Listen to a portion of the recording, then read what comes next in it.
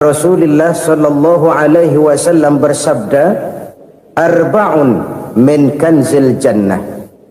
Simpanan sorga ada 4 macam.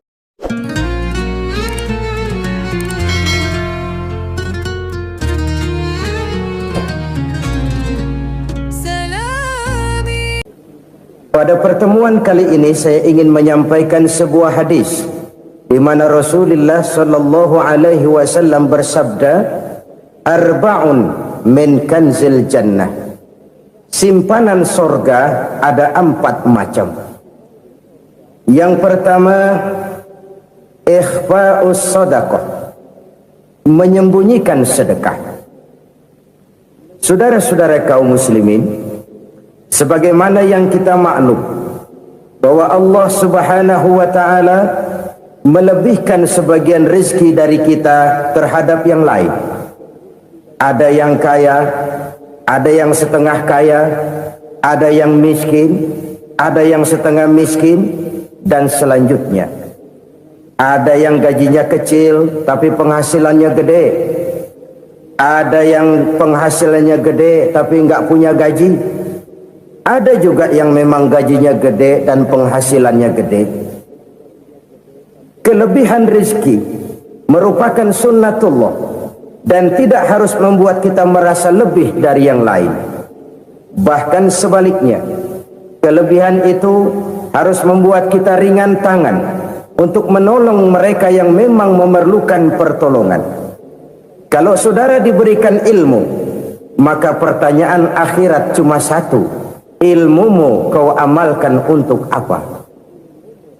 Kalau saudara diberikan umur yang panjang, pengadilan akhirat juga bertanya satu: umurmu kau habiskan di mana? Tapi kalau saudara diberikan harta, pengadilan akhirat akan bertanya 2: hartamu kau dapat dari mana? Kau belanjakan kemana? Dari mananya ditanya dan kemananya juga ditanya. Oleh karena kita akan dimintakan pertanggungan jawab, maka amanah yang bernama harta ini harus kita gunakan dengan sebaik-baiknya. Ada penggunaan yang merupakan kewajiban, itu zakat namanya. Ada penggunaan yang sewaktu-waktu, itu infak namanya. Ada yang lebih sewaktu-waktu lagi, dan itu sedekah namanya. Zakat dia terikat oleh haul dan nisab, oleh putaran batas waktu dan ukuran dari harta itu sendiri. Sedangkan infak terikat oleh situasi dan kondisi perekonomian seseorang. Sedangkan sedekah tidak terikat dengan apapun. Dalam kondisi seperti apapun kita bisa melakukan sedekah dengan yang terkecil sekalipun. Sampai-sampai Rasulullah sallallahu alaihi wasallam mengajarkan, la tahqiranna minal ma'rufi syai'an walau an talqa akhaka biwajhin talik. Atau ada hadis, tabassumuka fi wajhi akhika laka sadaqah. Senyumanmu kepada temanmu adalah sedekah. Jadi untuk melakukan sedekah tidak harus dalam berbentuk uang. Dengan ilmu kita bisa sedekah, dengan tenaga kita bisa bersedekah, dengan pikiran kita bisa bersedekah, bahkan senyum kepada teman itu pun sedekah. Jadi kalau sedekah dengan uang memang belum punya uang, nyengir aja banyakin. Itu asal pada tempatnya, jangan lalu ketemu tiang listrik cengengesan. Tentu tidak pada tempatnya dan tidak wajar. Nah, sedekah yang paling dicintai Allah adalah sedekah yang disembunyikan. Artinya jauh dari sifat riya. Kan kadang-kadang ada orang sedekah itu disebutkan namanya. Apa tidak bagus? Kalau memang niatnya ikhlas, ya bagus-bagus saja. Untuk memberikan sugesti kepada yang lain. Di Fulan bin Fulan nyumbang sekian, diumumkan. Boleh kalau niatnya untuk memberikan rangsangan kepada yang lain supaya dia menyumbang lebih besar dari orang tadi. Tapi kalau itu mendatangkan riya, maka sedekah yang paling dicintai Allah adalah sedekah yang disembunyikan. Tangan kiri saja tidak tahu apa yang diberikan oleh tangan kanan. Sedekah yang dilakukan dengan ikhlas akan merupakan perbendaharaan surga, tersembunyi dari pandangan orang lain, tidak seorang pun tahu. Karena memang sikap yang baik adalah melupakan kebaikan dan mengingat kesalahan. Itu salah satu ciri orang bahagia. Orang yang selalu mengingat kesalahannya dan berusaha melupakan segala kebaikannya. Kalau dia akan berada kebaikan, dia tidak bisa ikut, dia merasa rugi karena dia merasa belum pernah berbuat baik. Tapi kalau akan melakukan kesalahan baru, dia ingat kesalahan yang sudah-sudah, sehingga terhalang baginya untuk melakukan satu kesalahan baru. Demikianlah saudara-saudara, bahwa Allah melebihkan rizki sebagian kita dari yang lain, agar terjadi tolong-menolong dalam kehidupan ini. Jadi kesenjangan yang nature, kesenjangan yang alami, itu sunnatullah. Ada yang kaya, ada yang miskin, ada yang kelas menengah. Nah, kenapa lalu sekarang kita berusaha mengentaskan kemiskinan? Oleh karena adanya kesenjangan struktural. Kalau yang kaya bisa semakin kaya, kenapa yang miskin tidak bisa naik jadi ikut sedikit kaya? Sebab pada dasarnya Islam adalah agama yang sejak turunnya sudah berupaya memerangi kemiskinan. Bahkan dikatakan kemiskinan itu mendekatkan kepada kekufuran. Orang kalau miskin udah dekat banget sama kafir. Gampang menjadi kafir. Berapa banyak saudara-saudara kita yang oleh karena soal perut, oleh karena soal materi, terpaksa meninggalkan dan menanggalkan akidahnya. Menjual petunjuk yang diberikan Allah dengan kesenangan dunia yang cuma sebentar ini. Na'udzubillah, thumma na'udzubillah. Jadi makin kita sembunyikan satu sedekah, semakin banyak perbendaharaan kita di surga. Sedekah yang paling dicintai Allah adalah sedekah yang disembunyikan.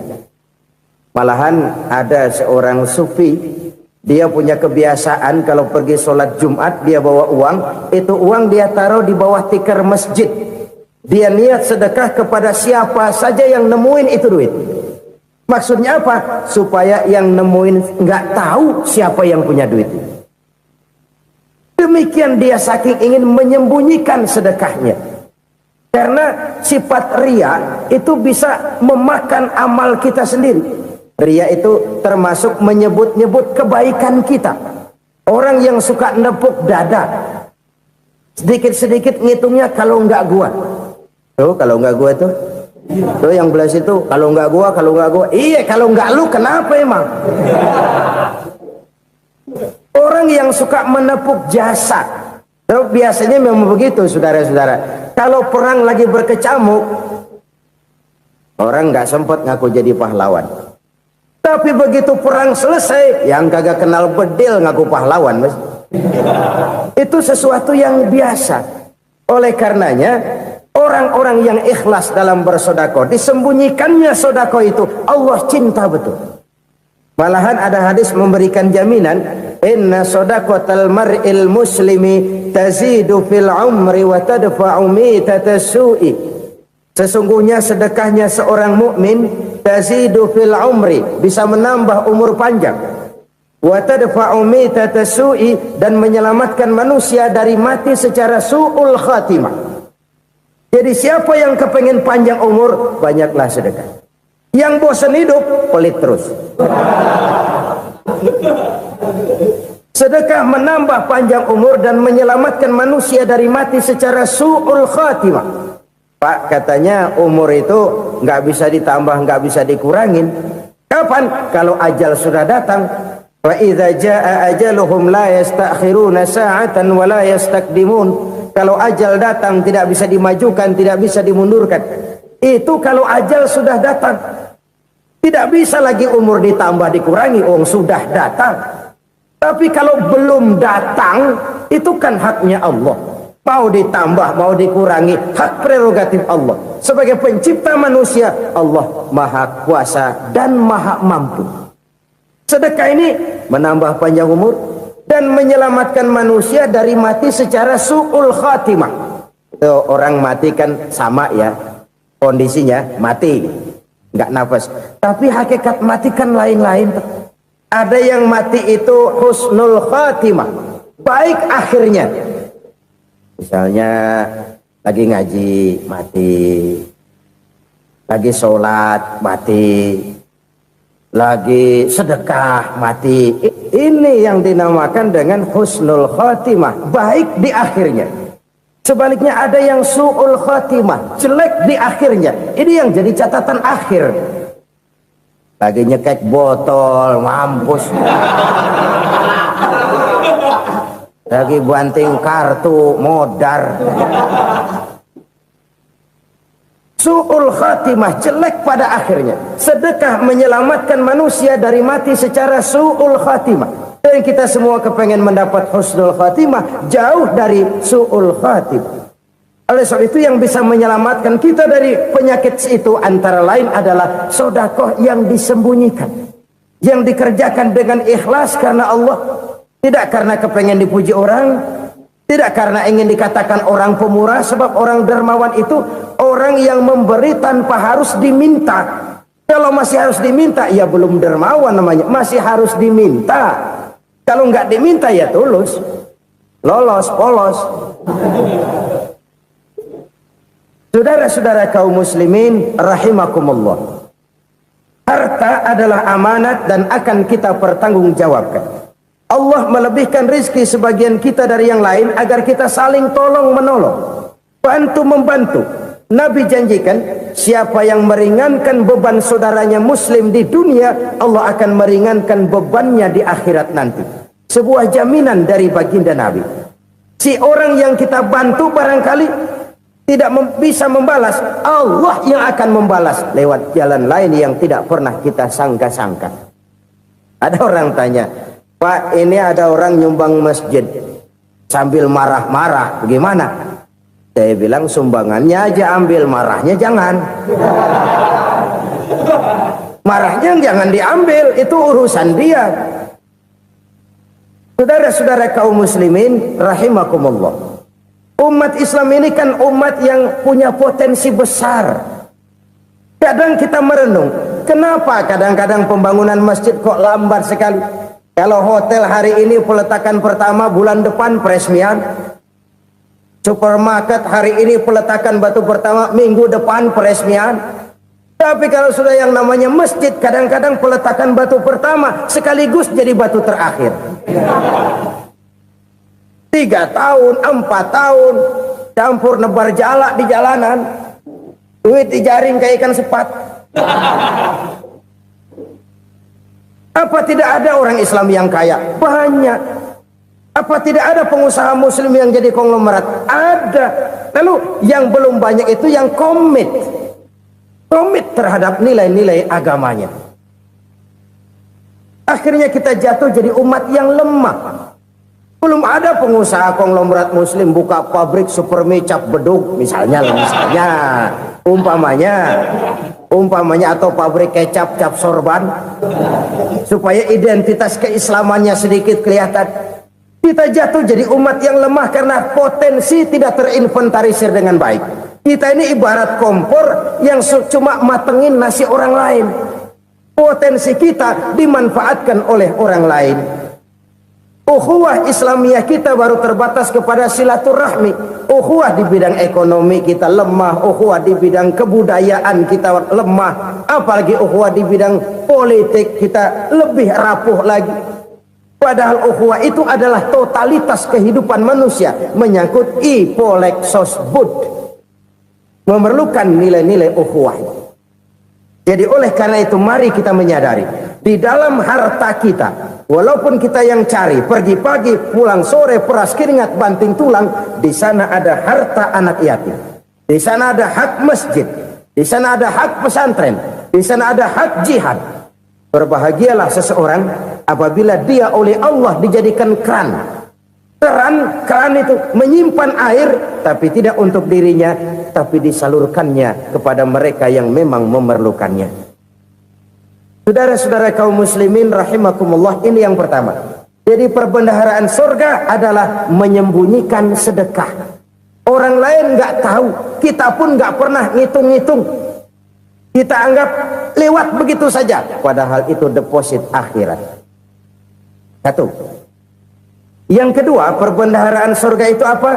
Wa kitmanul musibah, menyembunyikan kesulitan. Kadang orang takut menghadapi kesulitan. Tapi makin kita merenung, hidup ini kan sebenarnya urusan. Takut sama urusan ya jangan hidup. Tandanya orang hidup itu kalau punya urusan. Urusan melupakan problem. Problem sering menimbulkan kesulitan. Kesulitan bukan untuk ditakuti, tapi untuk diatasi dan dicarikan jalan keluarnya. Siapa sih orangnya yang nggak pernah sulit-sulit? Makin tinggi status sosialnya, makin gede urusannya. Makin tinggi kualitas imannya, makin berat tingkat kesulitannya. Cuma memang yang namanya enak itu seperti pelangi. Biang lala itu nggak pernah di atas kepala kita, di atas kepala orang melulu. Lo sih enak lo, kata kita. Dia juga bilang yang enak kan lo. Pelangi itu nggak pernah di atas kepala kita.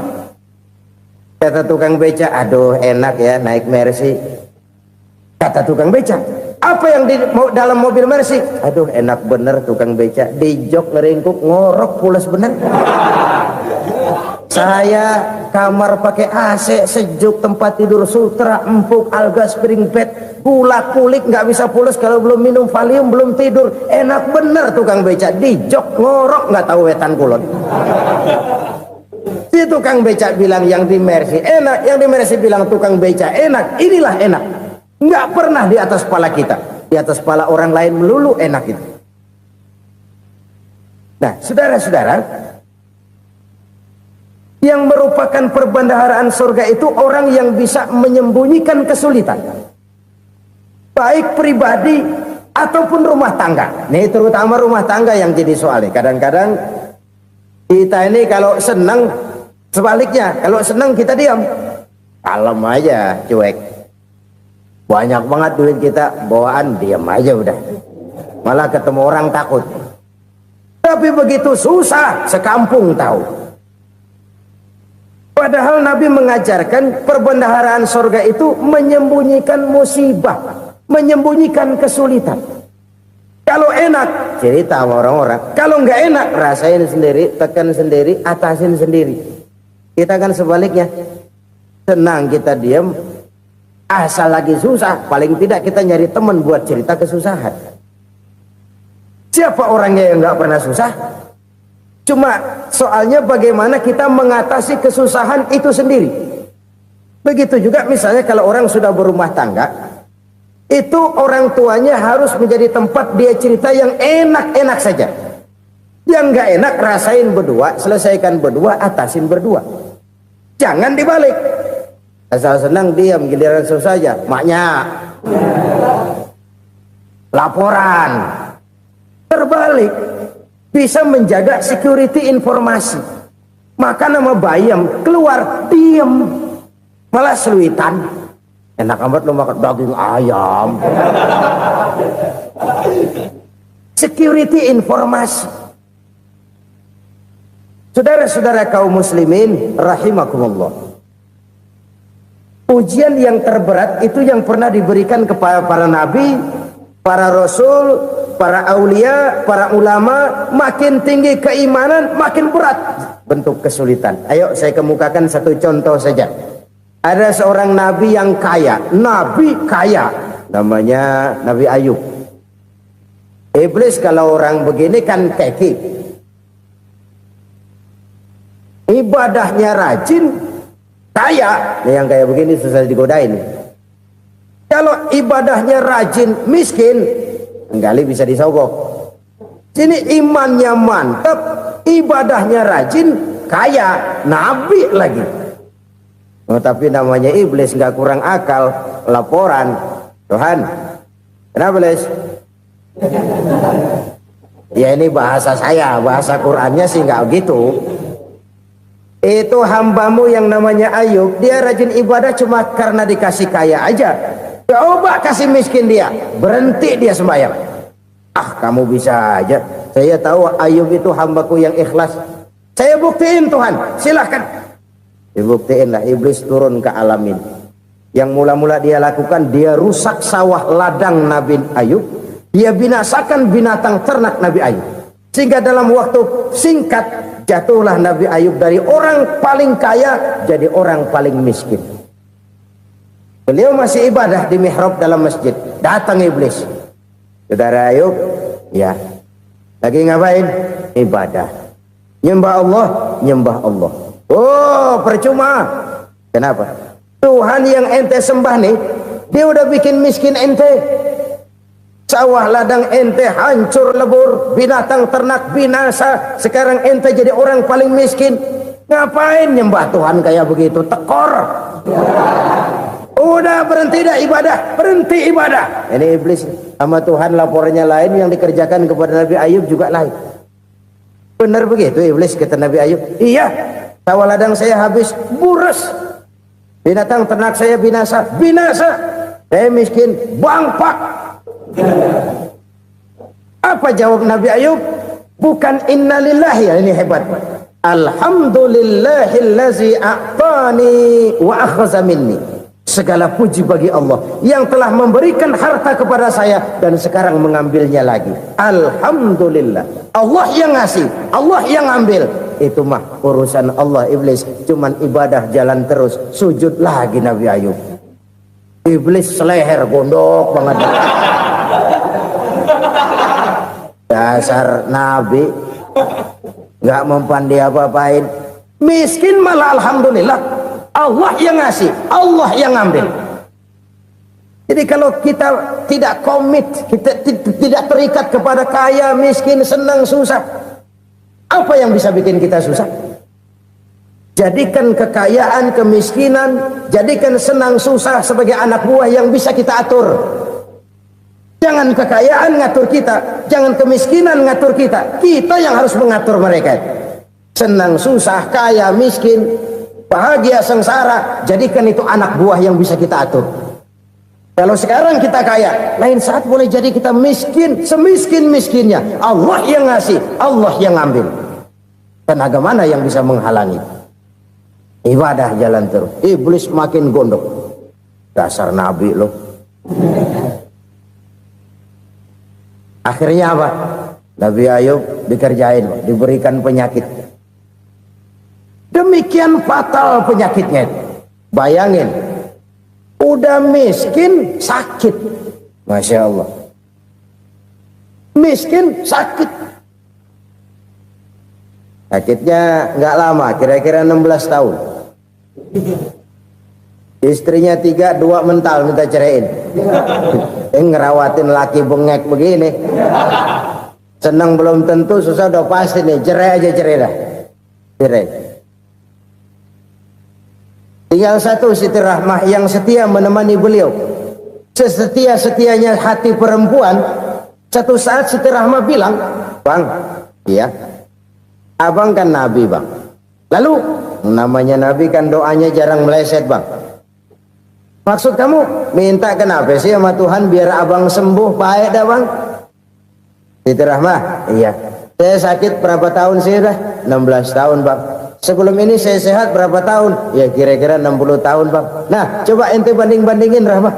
Saya dikasih sehat 60 tahun, dikasih sakit 16 tahun. Sudah nggak sabar mau doa kepada Allah minta sembuh. Saya malu kepada Allah. Diuji dengan yang luar biasa seperti ini, tidak mengganggu stabilitas kehambaannya. Dia tetap menghamba kepada Allah Subhanahu wa ta'ala. Saudara-saudara kaum muslimin rahimakumullah. Kunci menghadapi kesulitan itu apa? Allah jelaskan dalam satu ayat, wa basyiris sabirin alladzina iza asabathum musibah qalu inna lillahi wa inna ilaihi raji'un. Gembirakan orang-orang yang sabar. Siapa mereka itu? Yang apabila mendapat musibah mereka kembali kepada keyakinan dasar. Segalanya dari Allah dan segalanya akan kembali kepada Allah. Ini konsepsi dasar dari sikap muslim dalam menghadapi berbagai kesulitan. Segalanya dari Allah, segalanya akan kembali kepada Allah. Kalau ini sudah kondisi dasarnya, maka kita akan lapang menghadapi kenyataan bagaimanapun pahitnya. Apakah itu namanya miskin, apakah itu namanya sakit, bahkan maut sekalipun. Maut sekalipun. Segalanya dari Allah, segalanya akan kembali kepada Allah. Ini sikap hidup, bukan sekedar ucapan. Kita kadang-kadang menjadikannya sebagai ucapan. Mulutnya sih nggak berhenti, innalillahi wa inna ilaihi rajiun, tapi nangisnya terus gerung-gerungan. Bukan itu, ini kesadaran moral. Kalau segalanya dari Allah, segalanya kembali kepada Allah, kan sebenarnya cuma nunggu giliran. Hari ini saya nyembayangin dia, entah hari apa saya disembayangin orang. Hari ini saya antar dia ke kubur, entah hari apa orang nganterin saya ke kubur. Hari ini saya tahlilkan dia, entah nanti kapan orang tahlilkan saya. Segalanya dari Allah, segalanya akan kembali juga kepada Allah. Oleh sebab itu saudara-saudara, kesulitan bukan untuk ditakuti, kesulitan justru untuk diatasi, dicarikan jalan keluarnya. Dan tidak ada orang yang tidak pernah mendapat kesulitan, tidak ada. Semakin tinggi status sosial, semakin tinggi kualitas keimanan, semakin besar juga tingkat kesulitan.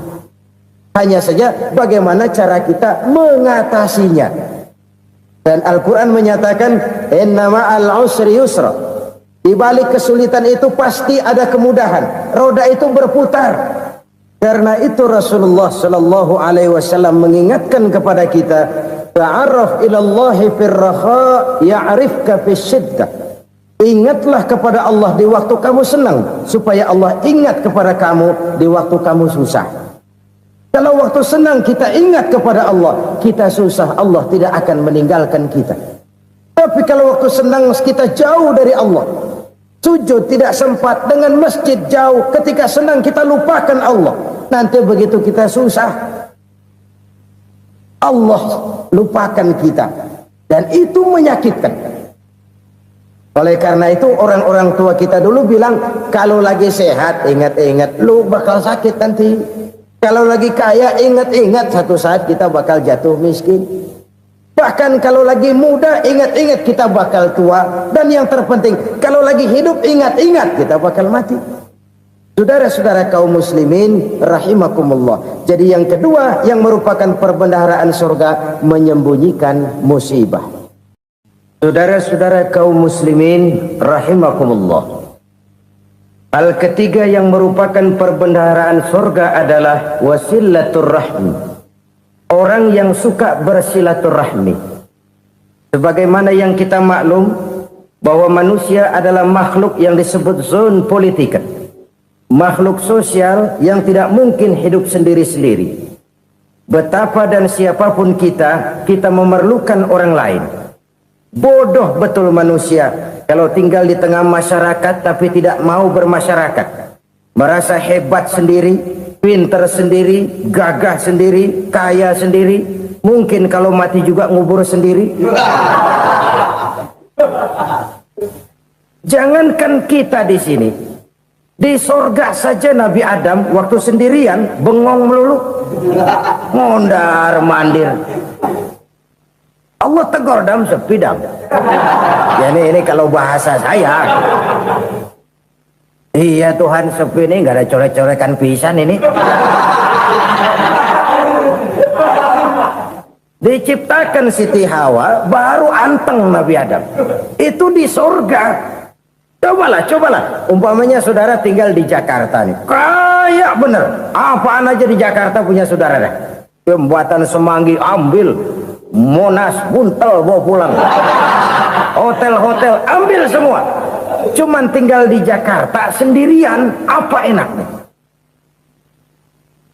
Betapa dan siapapun kita perlu orang lain. Tidak ada seorang pun yang bisa memenuhi kebutuhan hidupnya secara sendiri-sendiri. Nah, Islam telah menyelamatkan manusia dari ras diskriminasi. Mengikat manusia dengan persaudaraan yang berlandaskan kepada akidah. Karena itu dianjurkan bersilaturahmi. Bahkan Nabi menyatakan, man arada ayyubsata lahu fi rizqihi wa yunsa'a fi atharihi falyasil rahimah. Siapa yang kepengen diluaskan rezekinya dan dipanjangkan usianya, banyaklah ia bersilaturahmi. Siapa yang kepengen dimudahkan rezekinya, hendaknya ia banyak bersilaturahmi. Kalau banyak teman, kesulitan kan paling tidak ada tempat cerita. Udah susah, sendirian kita pikirin diri, nggak ada tempat tukar pikiran. Cepet banget sama bengek. Dilawan sendiri. Nah, secara makro kita bisa berkata, tidak mungkin ada kemenangan kalau tidak ada kekuatan. Tidak ada kekuatan kalau tidak ada kesatuan dan persatuan. Tidak mungkin ada kesatuan dan persatuan tanpa semangat silaturahmi. Kalau umat Islam mau menang, dia harus kuat. Kalau umat Islam mau kuat, dia harus bersatu. Kalau umat Islam mau bersatu, dia harus membudayakan silaturahmi ini. Bahkan sampai-sampai kata Nabi, kalau bisa cari nilai tambah. Apa? Silman qata'ak. Bersilaturahmilah kau kepada orang yang marah denganmu. Masya Allah, indahnya ajaran agama kita. Orang yang marah pun kepada kita, kata Nabi, kalau bisa bersilaturahmilah kepadanya, kepada orang yang marah itu. Di situ nilai tambah.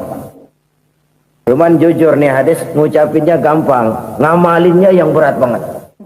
Orang marah sama kita, kita disuruh silaturahmi. Ada apa malu? Lu marah, ada gua marahan lagi. Tunggu pikirin.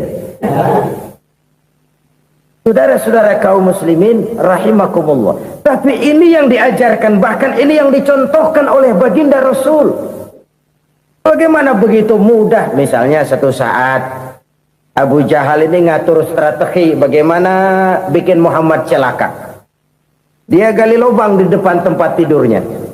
Dia tutupin daun korma. Terus dia panggil seseorang, ke sini. Kasih tahu Muhammad, pamannya sakit keras, minta ditengokin. Berangkat orang ini ke sana. Muhammad, labbaik. Pamanmu sakit keras, dia minta ditengokin. Baik, saya akan datang menjenguk beliau. Berangkatlah Nabi ke rumah Abu Jahal tanpa prasangka apapun. Abu Jahal udah pasang setil, selimut 3 rangkap setengah dipakai, persis kayak orang meriang. Tapi sembari ngintip dari balik selimut, begitu Muhammad buka pintu, nah masuk perangkap nih. Muhammad jalan menuju tempat pembaringan. Makin lama makin dekat, makin lama makin dekat, makin dekat ke lubang yang dipasang oleh Abu Jahal itu. Dalam hati Abu Jahal, terus dah jatuh, mampus dah lo ini. Mampus lo hari ini nih. Apa yang terjadi? Malaikat Jibril datang. Muhammad, pamanmu cuma pura-pura sakit. Di depan tempat tidurnya ada lubang perangkap supaya kamu jatuh ke situ. Sudah, kamu pulang. Balik kanan Nabi. Sudah hampir jatuh ke lubang, balik kanan, pulang. Bayangin kecewanya Abu Jahal. Muhammad dikit lagi, Muhammad dikit lagi. Enggak paman, saya pulang aja. Emosi bangun dari tempat tidur, enggak sadar kalau lagi pura-pura sakit. Lompat ngejar Nabi, dia lupa dengan lubang yang dia gali. Serak, nyemplung sendiri ke dalam lubang.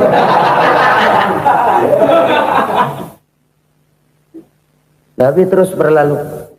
Ini terjadi keanehan. Jatuh ke lubang yang dia gali itu sebenarnya nggak terlalu dalam ya, antara 3-4 meteran lah. Tolong saya jatuh ke lubang ini. Datanglah pelayan-pelayannya itu. Angkat saya dari sini. Oh, yang ngulurin tambang. Satu gulung, belum juga nyampe itu tambang. Kurang, beli lagi ke warung. Sambung, ulur lagi, nggak juga bisa sampai. Wah, ini kerjaan Muhammad ini. Tolong, siapa salah seorang kamu ke rumah Muhammad, kasih tahu encangnya kecebur. Minta ditolongin. Sampaikan kepada Rasul. Kenapa? Pamanmu jatuh ke lubang, Muhammad minta tolong diangkatin. Tambang udah nyambung-nyambung nggak nyampe juga. Ya, nanti saya datang, saya tolong. Coba.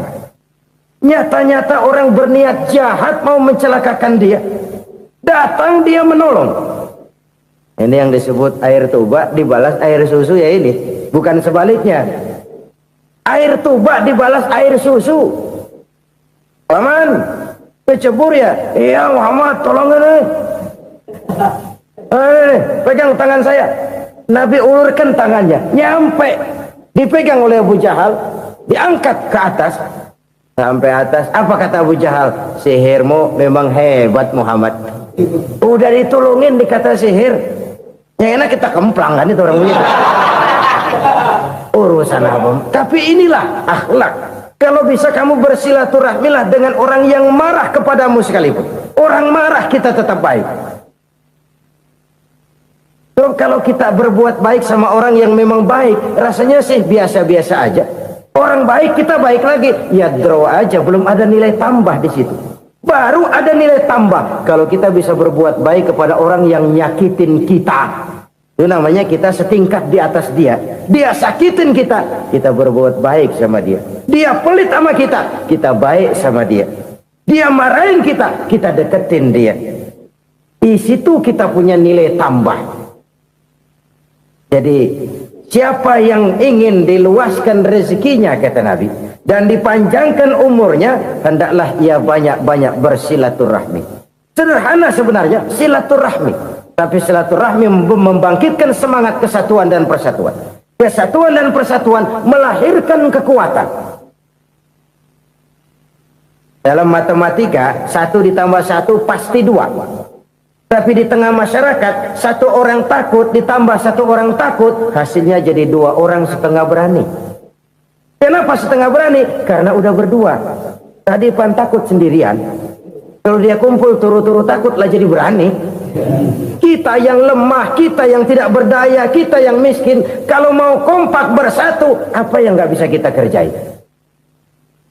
Apalagi tinggal di kota besar, pilihan cuma 2. Bertahan atau minggir. Bertahan atau minggir. Untuk bisa bertahan harus mampu bersaing. Untuk mampu bersaing harus punya keahlian. Keahlian harus ditunjang dengan pendidikan, ditambah oleh kekompakan sebagai umat. Udah miskin mencar mulu, orang injak kita. Orang nggak pandang urusan apa malu. Oleh karena itu, silaturahmi pada hakikatnya merupakan roh dari ukhuwah yang diajarkan oleh agama kita. Bagaimana Islam menyelamatkan masyarakat manusia dari ras diskriminasi, mengikat manusia, dan tidak ada persaudaraan yang lebih indah selain persaudaraan yang diikat dengan nilai-nilai akidah. Sepanjang orang di jalan Allah, itulah saudara kita. Keluar dia dari jalan Allah, selesailah persaudaraan sampai di situ. Karena itu, kalau ingin menyimpan sesuatu di surga, banyaklah bersilaturahmi. Datang ke rumah ini, datang ke rumah itu, dan lain sebagainya. Itu simpanan kita di akhirat nanti. Ini yang ketiga. Saudara-saudara, yang keempat, perbendaharaan surga itu apa? Wa qawlu la hawla wa la quwwata illa billah. Ucapan la hawla wa la quwwata illa billah. Ibadah kan ada yang berat, modalnya besar. Bangun masjid berat, modalnya besar. Bangun rumah sakit berat, modalnya besar. Ada ibadah yang berat tapi modalnya ringan. Misalnya puasa. Puasa itu berat, mengendalikan nafsu. Kalau sekedar nggak makan nggak minum sih enteng, mengendalikan nafsu. Itu jihad terbesar, tapi kan modalnya ringan, cuma niat saja. Ini ibadah berat, modalnya ringan. Ada ibadah yang ringan, modalnya juga enteng. Seperti termasuk ucapan la haula wa la quwwata illa billah. Tanpa sadar, la haula wa la quwwata illa billah. Nyelengin tuh di surga.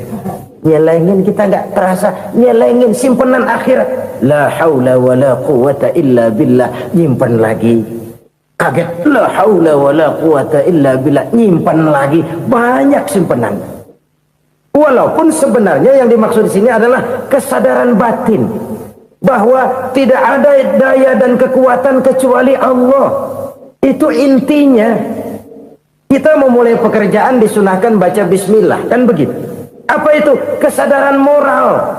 Bahwa ini saya bisa kerjakan, saya kerjakan ini dengan menyebut nama Allah. Kenapa? Kalau Allah tidak memberikan daya dan kekuatan, mana mampu saya kerjakan ini. Maka saya kerjakan ini dengan menyebut nama Allah. Bismillah. Kesadaran moral. Manusia hanya wajib berusaha, tapi nggak pernah wajib berhasil. Banyak hal-hal yang kalau kita renungkan secara rasio nggak mungkin, tapi jadi kenyataan. La haula wa la quwwata illa billah. Tidak ada daya dan kekuatan kecuali bagi Allah semata-mata. Kesadaran moral akan kelemahan dan keterbatasan makhluk bernama manusia. Kadang kita kagum dengan otak, tapi kita sering lupa sama yang bikin otak. Padahal bagaimanapun hebatnya otak, yang bikin otak pasti lebih hebat dari otak. Nggak percaya, silahkan otak-otakan. Inilah kecenderungan. Kita kagum dengan pesawat-pesawat mutakhir, bukan main, besi gede banget terbang itu. Alangkah hebatnya. Lalu apa yang bikin otak tidak lebih hebat dari itu semua? Kita puji laut, apa yang bikin laut tidak lebih hebat dari laut itu? La haula wa la quwata illa billah.